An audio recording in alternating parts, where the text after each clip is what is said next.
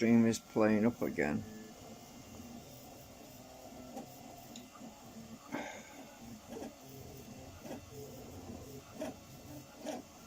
Well, I hope it's live, because... Right. Anyway, so I need to give you a little bit of details about the dynamics, that is the orientation of the magnets. So I've not been feeling too energetic the last few days. Right, I'm actually printing to the segments at the moment. One's a mirrored image of the other one. Let's see, one's left and one's right, because one goes in the back. So the magnets are orientated slightly. Yeah, let's see, it's going to take a total of 6 hours to print that.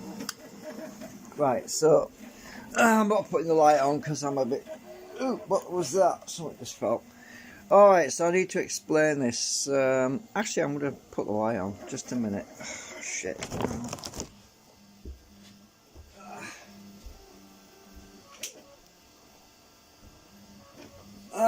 Right, hang on, sorry about that. Oh, my paper's falling on the floor. Right, as you can see, this drawing, this picture, this photograph I've printed, screenshot rather, I printed out is the previous design, but it's similar. It's basically the same, except for the tilt on the magnets. I'm trying to stick this under here so it won't fall off again. Right, so this is important because I've been doing a bit more thinking about this. Now, and I worked out, I did make a slight mistake on the previous build. Anyway, I figured it out what we need to do. So as the rotor is moving in this direction, right, the rotor's moving in this direction, right. The reason why I put these magnets here at an angle is because the magnet that's adjacent, that's the lead out magnet, is the pole is actually subtracting, because let's say that this pole here is south, right? Let's say that's south, and this pole over here is north, right? Now what happens is we have our coil which is mounted on the canopy. So let's just draw this coil here like that. So the coil is wrapped around the outside of the canopy and it comes all the way down. So the wires are actually coming down here. Now as the field, which is south, energizes this coil, the coil exerts an equal opposite reaction, which is attraction actually on the south field. So the attraction of this coil to the south field as it leaves is what causes drag. How can we overcome that? Well, the way this works is these magnets that are the lead out magnets, this face that's on this side closest to the side of this magnet is the opposite pole, it's north. And because the coil is attracted to south, it's still being pulled towards south. What it's actually doing, this coil, is actually being propelled forward, it's propelling the rotor forwards, because the north field is actually a reflection of this drag from the coil. So it wants to seek out another south, because this south is on the way out.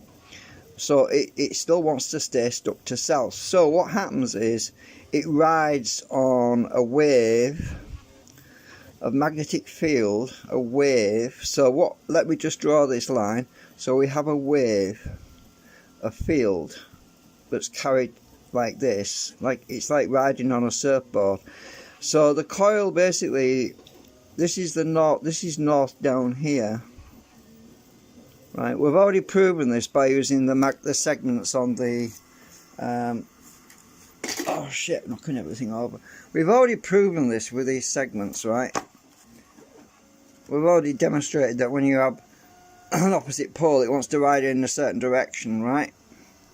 So if I get these magnets, then wrong pole. It wants to fly in a certain direction. It wants to go to that end, right? By riding that wave, it's pushing the rotor forwards, right? So by orientating these magnets so that we have north here, and then we have south on this side, and then north, and then south, we have we have this escape velocity which actually cancels the drag as this south is leaving.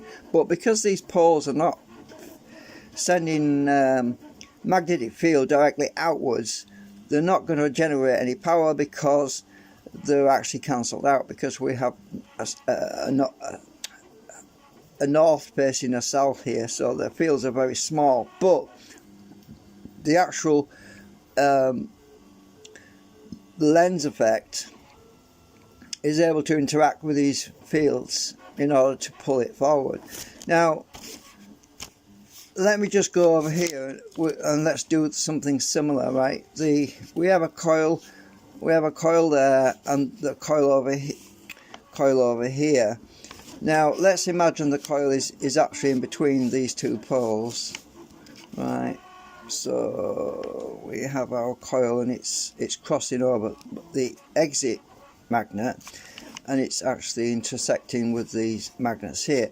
Now once this coil has completely left this magnetic field here, once it's completely left, or you know, as in past, it will then be directly over all these lead out magnets, in which case it's not going to produce power because the fields are north south north south north, so it'll cancel itself out. So it only relies entirely on the fact that it's still picking up a strong magnetic field from these magnets in order for it to react with these lead out magnets. Now the other thing about these magnets, the circuit, is that this coil here, the main coil that runs all the way along, has got a capacitor across it. It's got a 1 microfarad metal film capacitor. That capacitor stores that pulse for a few microseconds, just long enough to keep that coil energized in a particular orientation, to continue to move this rotor. And once it gets this point, the capacitor is discharged, and then as this rotor goes round, the coil will then be, as the rotor's moving, obviously not the coil, the rotor's moving, and then the coil will then be subjected to the opposite pole over here. So obviously what we have to do is these magnets have to be switched. So whereas over here the lead-in magnet is actually north, and the reason why I tilted this magnet, the top magnet at the very edge on the new design, the reason I've tilted this so it's higher, and it's like a step, it's like an angle. The reason I did that was so that we wouldn't subtract all of our south field, because we're using north here, remember. And because this is north, and if this magnet was flush, this field would also collapse, and it would cancel out the effect we want, which is to ride that wave. And it would cancel it out, and it basically want to go back this way, so that creates drag. So we tilt the magnet up at a pitch so that this north field from this little magnet is actually intersecting with the north field below this magnet, so it's actually reflecting and it's squeezing that field, amplifying the south field there. The stronger the south field is on this face, the more wave we'll get over here to ride until we get to, well, about here, because at that point the coil will no longer be energized because we've already left that field. and it'll be basically switched out of circuit because the capacitor will discharge. So now, because this is the north field, then this magnet will be south, then it'll be north, then south, then north.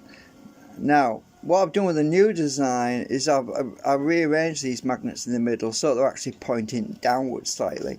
So the bottom of this magnet is this way a bit, and the top of this magnet is pointing inwards, so it deflects the field inwards. The reason for doing that is because these magnets reverse polarization halfway through. So with this north magnet here, what we have is south on this side, then north, then south, then north, then south, then north, north. So these magnets in the middle are both facing each other with north, but they're facing downwards slightly, so the field is pointing down. And then it changes. It's because because this magnetic pole is different. We have to reverse the fields in the middle, otherwise it won't work properly, which is what I've discovered. So once we get to the middle section, we need to divert that flux in slightly different orientation so that it doesn't interfere and start to generate power at that point as well, because we don't want to generate power in the middle. We only want to generate power from this magnet, and this one's in the middle need to be pointing slightly down, so the field is basically coming in this direction. Because remember, the coils that are running down the side of this thing aren't actually generating power, it's the coils on the outside face that are generating the power. I can't really show you on the 3D printer right now. I don't know if the printer head keeps getting in the way. It's really annoying right now. So you'll have to wait until I finish printing it, then I'll show you it a bit better. But so what we have is a transition. These magnets are basically flipped around. Once you get to the middle, they flip around the other way, otherwise it won't work. So in the current configuration on the generator across the room, I orientated all the magnets all the same, and that was a mistake. That's why I was seeing this tiny amount of drag, but not much, because I actually made a mistake. Yeah, well, I'm not perfect. We all make mistakes. You see, I did flip these around. The magnets at the end were flipped around, so these were flipped around in different to these. That was right, but I should have flipped them in the midsection here, which is what I should have done anyway. But anyway, we're going to do that in the next build. So anyway, I just wanted to explain that. I am kind of feeling a bit cruddy right. Oh, I can get a picture now. Oh, I thought I could. Maybe I can. Right, you can see there's a slight, those magnets that are at the very middle, they're pointing in slightly, very slightly. Right, you can get the idea, and these magnets are at an angle. Right, you can see that. Anyway, sorry, it's printing still, so I'll bring it out of the way. Anyway, that's it for now. It's going to take probably, I'm doing 2 at a time, by the way, at the moment, and each pair, because one's a mirror, one's for the back of the rotor, one's for the front of the motor. Each pair is going to take 6 hours and 44 minutes. Needless to say, I'm only going to be doing 1 pair a day because it's a lot of stress and noise and everything else, and so it's probably going to take a week for me to print all that lot. So we're looking at a week before I can get this thing, get the new ones done. So hopefully we can start playing around with that. Well, what day is it today? Is it Thursday? Probably next week, probably. So yeah, I've got a lot of time to print this stuff out. Yeah. Anyway, I thought I'd explain all that. I hope it makes sense, and don't think this is a theory. It's not a theory, it's a fact, because I've already tested it with this thing. And when you've got an attraction, which is drag, which one we have when we get to a certain when we get an attraction which is at you know, at one point, it will pull along. It will definitely pull along. You'll get it to move, and we're using this and pretending that this is a lens effect which is dragging on it, and it's going to pull along. But obviously once it gets to that point where it wants to stick, the coil will no longer be energized anyway, the pole will be reversed, and that's why we have to reverse these magnets, otherwise it goes the other way, you see. It would go backwards. That's why we reverse the magnets on the segments on the actual rotor, otherwise you end up going backwards and you cause drag. So you have to reverse the magnet orientation on there. That's what I worked out, so it all makes perfect sense to me. I hope it makes perfect sense to you. Anyway, thanks for watching.